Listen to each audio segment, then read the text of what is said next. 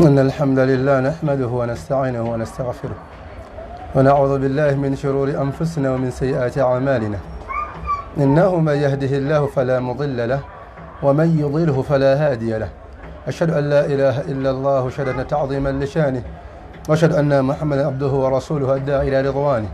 بلغ عن الله رسالاته ونسعى له في برياته فجزاه الله عنا بأفضل ما جزى به نبيا عن أمته ورسولا عن قومه. عباد الرحمن، أوصي نفسي إياكم بتقوى الله عز وجل وراقبوه مراقبة من يعلم أن الله يسمعه ويراه وتزودوا من دنياكم لآخرتكم واعلموا أن خير زاد التقوى. لنا قابتي وأوصي نفسي إياكم بتقوى الله عز وجل. بلا من أن نقصر سيكتي الله سبحانه وتعالى في السر والعلن نشامن مراتو إذا متمانين تشاتون سيكتي الله سبحانه وتعالى تشاري كملائكة وتموكلون بالأجنة إذا قال زي بلا من أن يقبل نبي محمد صلى الله عليه وسلم قولا وفعلا وتقريرا يتنبي تلاقيرا يتقام تلكيه نبي قول أبيو ننم النيسا يا نبي محمد صلى الله عليه وسلم جي يسام بغانا بانغي تولا توغان تكو أجنة تتغيزا ebitoonde Allah byassa mu nnabaana z'ebikyala omuli ekikyala nga muntu, ekikyala nga nso, ekikyala nga mmese, ekikyala nga kiwuka. Allah subhanahu wa ta'ala amanyi byakola nebyassa mu nnabaana era nga Allah byetukweka omuli kyayita ghaibiyatu khamsa ebitaano Allah byeyesigaliza mulimu Allah subhanahu wa ta'ala byassa mu nnabaana z'abakyala wa ya'lamu ma fi al-arham. Allah amanyi ebiri mu nnabaana z'abakyala. Era omwanadamu wama tadri nafsun madha taksibu ghadan omuntu tamanyi kigenda kubeerawo nkya wama tadri nafsun bi ayi ardin tamut era omwanadamu tamanyi wawe agenda kufiira naddi. Naam, nako tugenda kwogera ku masala amatono ennyo, amasala manene gonga gwala tugenda gafunza okusinziira ku darusu gye tuliko ya malaika abakola ku programu za nnabaana. Malaika awandiika rizikiyo ne ajad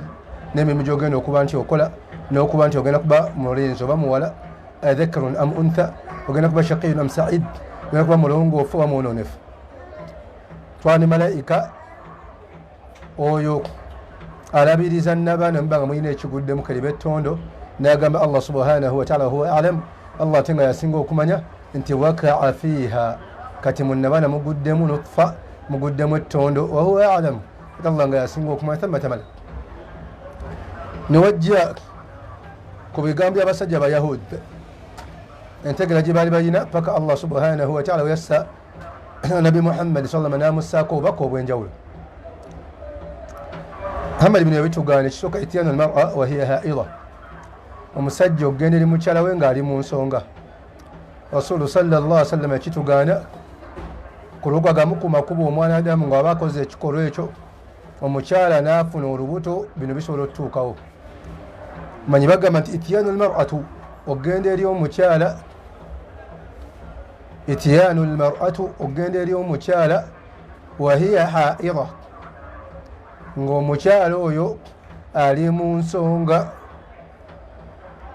Ekisooka kiri haramu. Rasulullah yakitugaanya nabi Muhammad sallallahu alaihi wasallam. Allah subhanahu wa ta'ala yagamba nti nisaa'ukum harthun lakum fa'tu harthakum anna shi'tum, bakyala mmwe ennimiro zammwe mugende ennimiro zammwe onamu mwe mwagadde. Waqaddimu li anfusikum wa'lamu annakum mulaqu. Kati Allah subhanahu wa ta'ala n'atugaana agamba nti temugenda gye bali hatta yatuhurna, paka nga batukudde.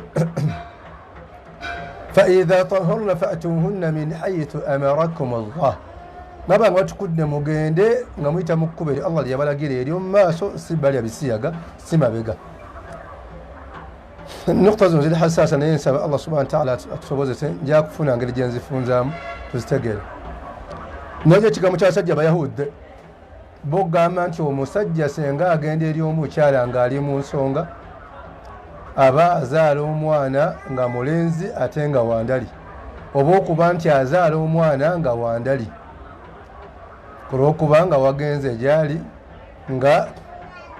ali mu nsonga ze. Oyo samasawalimu yani byogero mbu babakufaru batyo babitegeranga ekyala ne kibanga nabbi Muhammad sallallahu alaihi wasallam yatugaana okugenda eri omukyala ng'ali mu nsonga ku lw'okubanga omukyala oyo aba mukyafu ekyala aba atukula Allah ali mutukuza nsekeze okuba nti Allah subhanahu akirinsinga the tubes okuba nti ensekeze zitukula kati noba nga weegatta naye ng'ali mu nsonga ate omusaayi oguzza mu nseke ajja kulumwa mu ndira so Allah naba nga yakitugaana ne Professor Dr. Nabiyina Muhammadin sallallahu alayhi wasallam. Ekyokusatu nti omukyala wabanga ali mu nsonga ze mu bbanga eryo obwere oba buli fragile oba bunafu yesobola okufuna amabwa oba okuba nti oyinza omuyuza mu mbeera etali emu oba endala olw'ensonga olemedde okugumiikiza olw'amaddugo n'omuliro gw'olina omungi. Ensonga gye njagadde okussaako omulaka eriko ekigambo ekindi kyekigambo ky'okugamba nti singa omusajja agera eri mukyala we ng'ali mu nsonga asobola okuzaala omwana qad yanjibu almar'a kyala asobola okuba nti afuna olubuto naaba nga azaala omwana nisfu al ins ekitundu ekimu nga muntu wa nisfu al jin ekitundu ekimu nga jin oba okuba nti azaala abaana ng'omwana omu muntu oba omwana omu nga musoto oba nga mwana wa jin kama yakuna inda alfuqaha nga nafiqe bakyogera mu mbeera efaanako bwekyo kati abawarabu balina enkola egamba nti ogenda eri omukyala ng'ali mu nsonga nga yakuzaala omwana nga wandali oba okuba nti omukyala weegase nga tomutudde mu feesi ng'omukutamiza bukutamya sitayiri ezo nga omuzimanyi ez'ebisolo mu mbeera efaanako bwekyo nti agenda kuzaala omwana nga tajjudde ebyo byonna bigambo ebyajjanga mu mbeera ya society y'abakufaaru n'embeera efaanako bwekyo nga omutera okugamba abalongo bamuwakizza nti yaba aludde embeera efaanako bwekyo. Ekituufu kyekiruwa baganda bange ab'ebitiibwa ekituufu kiri nti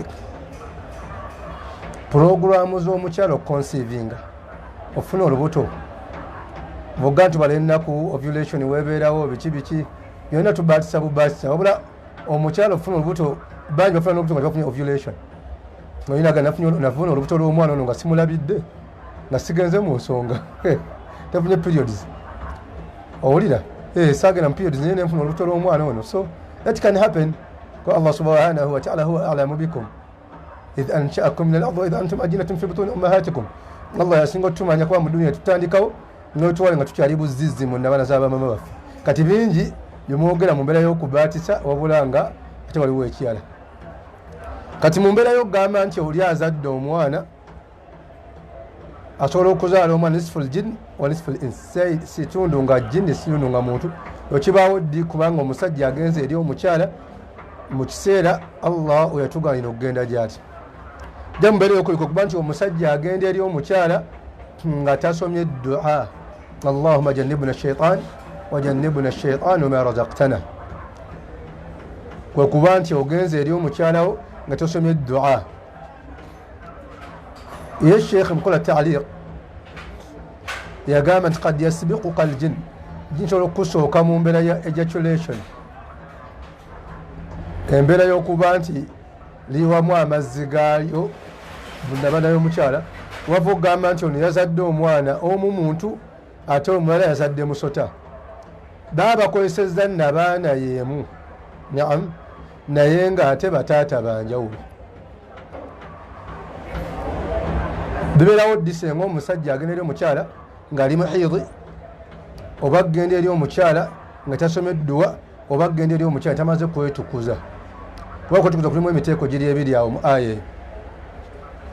Allah gani hatta yatahurun yani min alhiid panga bavudde mu nsonga zaabwe so tukula okwokunaaba fa idha tahara bamaze okutukula okwokunaaba faatuhunna min haythu amarakum Allah ono mugende gye bali inna Allah yuhibbu at-tawwabin wa yuhibbu al-mutatahhirin. Kati mu mbeera efaanako bwekyo waliwo bamalayika bakola ku puroguramu ezifaanako bwezityo ng'omukyala kufunako embuto spaamu zikudduka embeera efaanako bwekyo wabula ebyo ababbi abatuukango nabo ne bazaalanga abantu n'emisota ne bazaalanga ebisolo mu mbeera efaanako bwetyo paka nabi muhammadin sallallahu wasallam wayigiriza abantu ba umma yedduwa gye tusoma nga tugenda okuba nga twambalagana ng'abafumbo mu nsonga z'omukwano. Ekirala sharia netugaana rabbuna tabaraka wataala natugaana okuba ntitugenda eri bakyala baffe nga bali mu nsonga. Ekyo kimanyikiddwa mu bantu abaliko laana ye musajja agenda eri mukyala we ng'ali mu nsonga. Man ata haira yedina agenda mukyala we ng'ali mu nsonga obeerako laana oba obeerako ekikolimu. Ekyokubiri man ata zawjatu yedina agenda eri mukyala we agende naam rasulullah yatugaana an itiyani almar'a fi mahashihin agenda eri mukyala we ng'amuli mukyogere ntya ng'amuyita mabega mu kifo ekiyitamu obukyafu ng'omuli ebisaaniiko ebisiyaga kyentegeeza. Kati bantu abeerako laana ye musajja agenda eri mukyala we ng'agenzeeyo ng'ali mu nsonga. Owokubiri yagenda eri mukyala we ng'agenda mu kifo ekiyitamu obukyafu oba okuba nti okola ebikola ebyo ebya liwaat ng'obikola mukyala we mu mbeera efaanako bwetyo. Wabula ate oli waddembe ogenda gyali oba omuyise mabega oba mu maaso kasoba ng'oli fi samimin wahid mu kituli kimu. Notajja mu hadithi ya Umar ibn Khattab radiyallahu anhu we yagamba nti ya rasulallah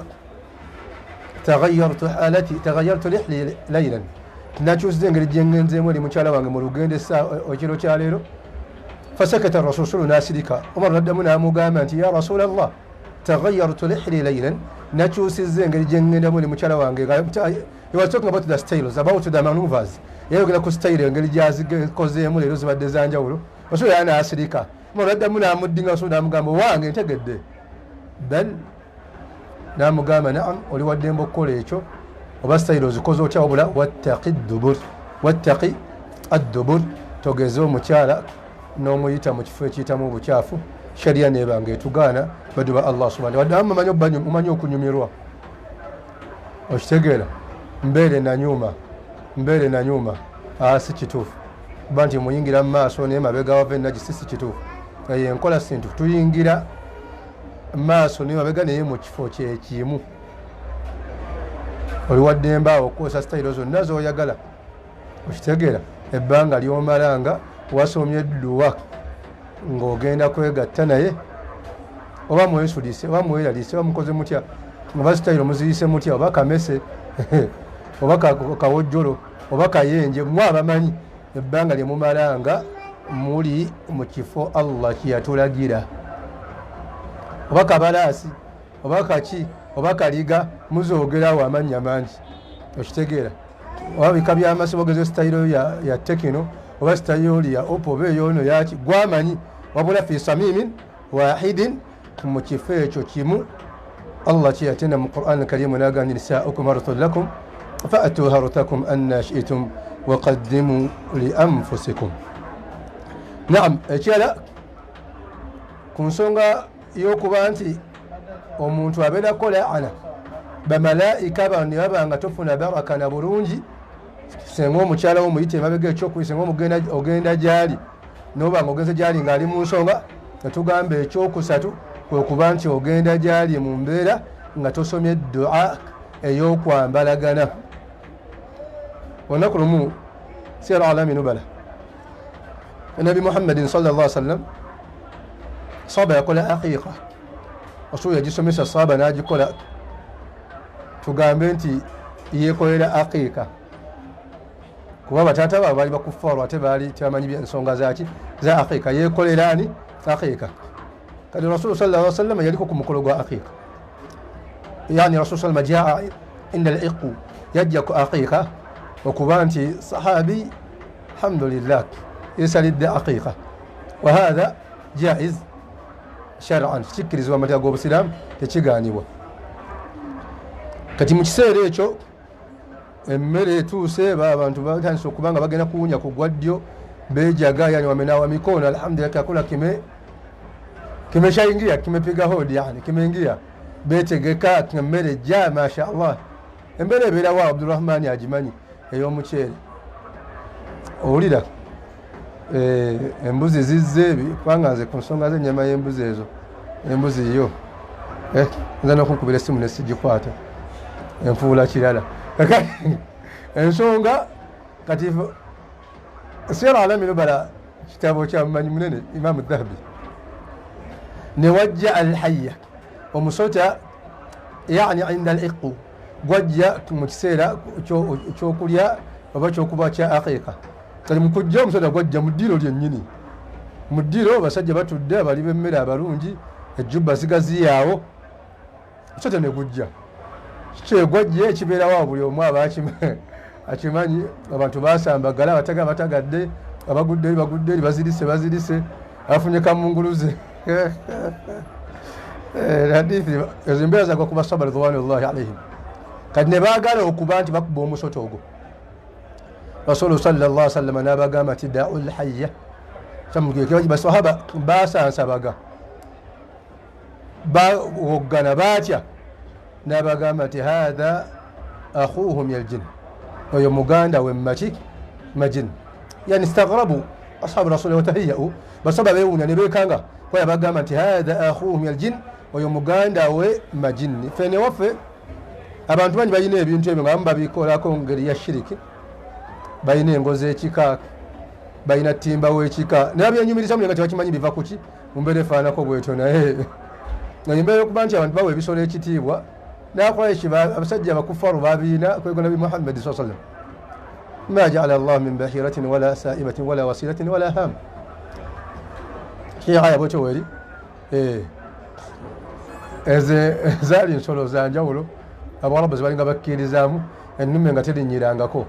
yabanga yankizo ng'eriibwa omukulu mu kiki omukulu mu lujja okitegeera ne wajja abayinanga eŋŋamiya ng'ekuze ng'ezaalozaalo olusembayo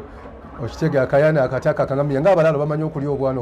obwento obusembayo obwo obwana obuseerera nga bulya n'abawarabu babiyinanga ebyo byonna bikadde kati bakuba nti abamu tetuwa sheria yaffe kitiibwa nakuwaayo obudde kugisoma okitegeera simanyi omuntu okuba nti ente eno era we tudda mubalaba ente zirina amannya ag'enjawulo tulinayo zibihogo zirugaju okitegeera embeera efaana kati zizeemu ez'ekizungu Germany mahangase kati muzirina ez'ekizungu zifaanako bwekyo wabula tuga nti abalabu nabo balina embeera efaanako bwekyo kati omusoto wegujja mu kiseera ky'okuba nti basaba bagenda kuwunya ku gwaddyo bagenda kulya beekanga nnyo kati basaba ne baagala okuba nti bagukuba olw'obuzibu obunene obwandivuddemu ekyo okuba nti bakubye ejjini oba bakubye omwana w'ejjini embeera efaanako bwekyo rasuli yabagaana edda muguleke hatha akhuhum yaljin oyo muganda we majini rasuli atandika okuba nga abasomesa ekyo kyajja kitya mu mbeera efaanako bwekyo hadithi litawil kyajja kitya qissa litawil mbeera efaanako bwekyo kubanga era ne wano weebiri ababizaala ng'oli amaze kubanga ayina ebigambo byayogera nga yegatta n'omuwala oba yegatta ne mukyala we ne bazaala ejjini eryo ng'ali ku ndagaano amajini gyegali nga gali ku uhud era ng'omwana adamu yakola ahdi maa aljan yakola ahd maa aljan yakola endagaano n'amajini mu mbeera efaanako bwekyo allah nga yaga nti annahu kana rijal من الإنس يعوذون برجال من الجن فزادوهم مرهقا kati abadamu bangi bakola endagaano n'amajini nga baagala ebitiibwa baagala embeera ez'enjawulo amba balina ennaku z'omwezi kasi omwezi guboneka nze ndegatta ne mukyala wange kati nga abantu batera okuyita bannambaga mu famire oba abakwasaganya wakati w'abantu n'emizimu nambaga basobola omuwa ebbanga baga nti ebbanga lya myezi bwegiti tolina kuddamu kwegatta aba muntu era aba musajja nekamutanda n'asobereza nekamutanda n'alwala kinyeenya mutwe obudde obwo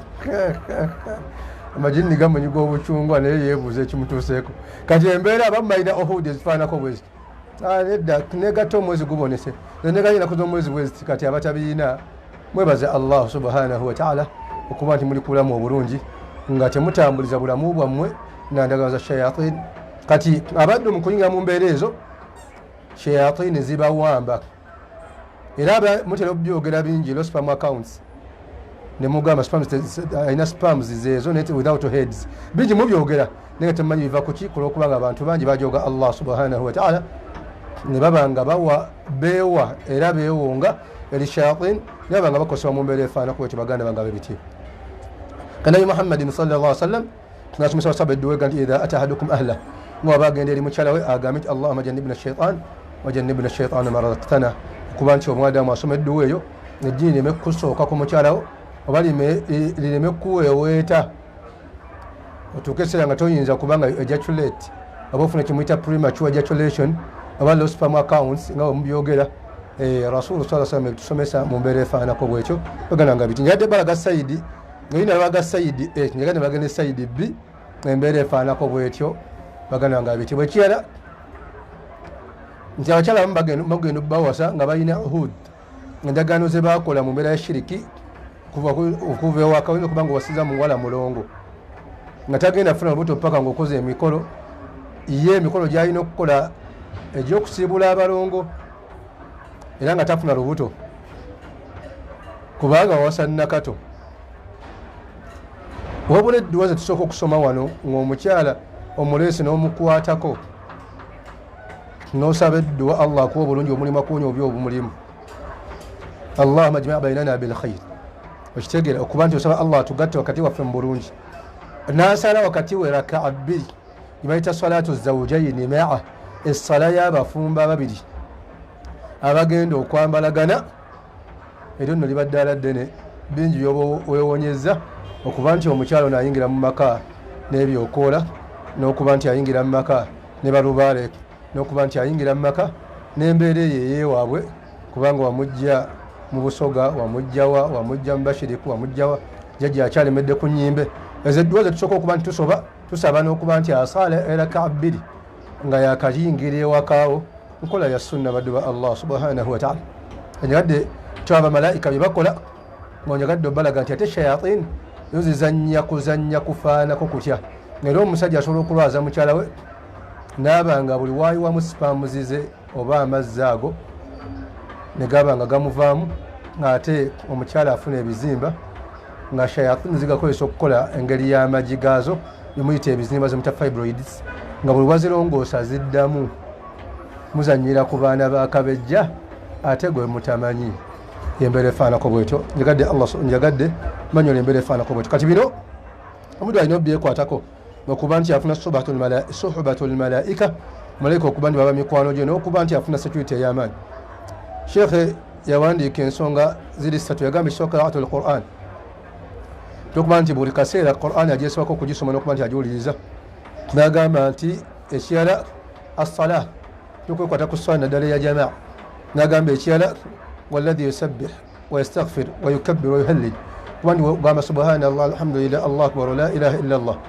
agamba nti embeera efaanako bwetyo agamba nti walladhina yutali'una fi kutubi lilm wajlisuna fi halaqatin wajlisuna fi halqi abatuula wayatafaqahuna fi batuula mu halaka za quran alkarim n'okuba nti bawaayo obudde okuba nti batafaqqa ku busiraamu bwabwe abo no baba mikwano nnyo gy'abamalaika edwa allah subhanahu wataala kati oweewaana nti maama we yazaala omusota era toweewaana nti mwe muyina empologoma y'ekika muyina engo y'ekika era toddeyo noweewaana nti muyina omusambwa